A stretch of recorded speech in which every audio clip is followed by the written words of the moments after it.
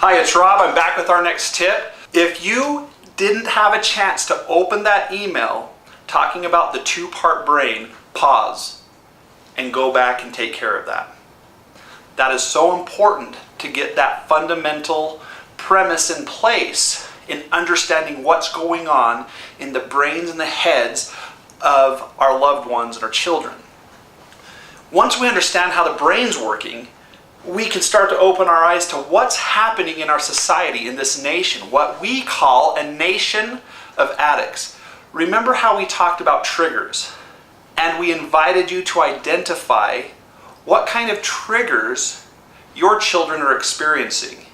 Is that video games? Is it some kind of a substance? Is it through anger or by withdrawing and being oppositional in some way? What is it that's triggering your children? Well, what's happened is society has identified those triggers, and the entire nation we live in has developed products and services to take care of those triggers. Just for example, fast food. We have a desire to have things done quickly and efficiently. This is why we have smartphones, this is why we have technology, and it's why fast food has become so successful, is because it takes care of a trigger very quickly.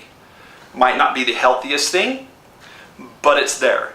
And it's something that we can begin to crave almost addictively. And this is the society that we live in. I want to tell you a story about a 4-year-old. In fact, this is my own son.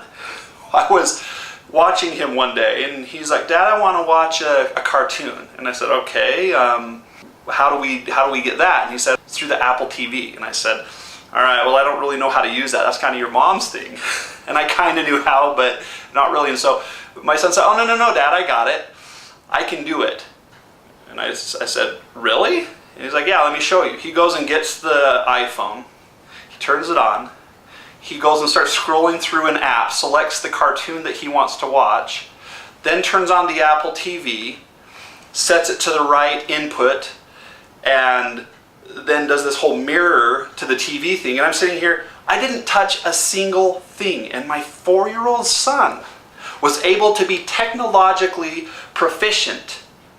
Now, our limbic systems aren't fully developed till about 5 years old, so even before our children are 5, they are developing the nodes in their brain, in their limbic system, that are proficient in some areas before they're able to logically process those. So I was thinking to myself, oh my gosh, this is what's happening in our nation. This is what's happening with our children, is they are becoming predispositioned to either become the greatest minds and leaders or to have the most addictive brains of any generation that has ever existed. And so the tip that we are presenting you with today is to begin identifying those areas that are triggering your child, that they are most susceptible to, and to be in touch with them, to understand what motivates them, what creates behavior in them. Rather than responding to behavior, identify what it is that drives them and motivates them. Thank you again. Look forward to giving you the next tip.